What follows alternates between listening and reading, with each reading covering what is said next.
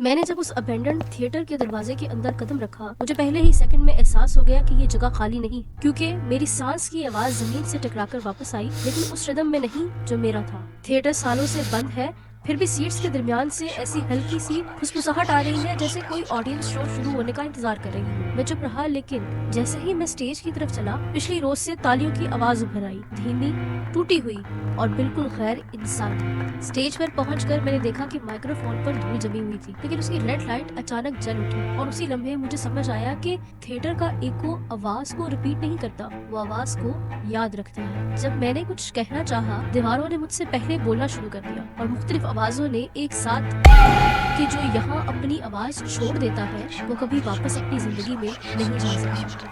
फिर मुझे एहसास हुआ कि हर सीट पर कोई न कोई बैठा हुआ है, लेकिन उनके जिस्म मौजूद नहीं थे। सिर्फ उनकी बोली हुई बातें, उनका डर और उनके आखिरी जुमले इस हॉल में कैद थे। जैसे ही मेरी सांस तेज हुई, स्टेज के ऊपर लटके पुराने पर्दे पर एक जुमला उभर आया जो मैं कभी भूल नहीं सकता। Next voice.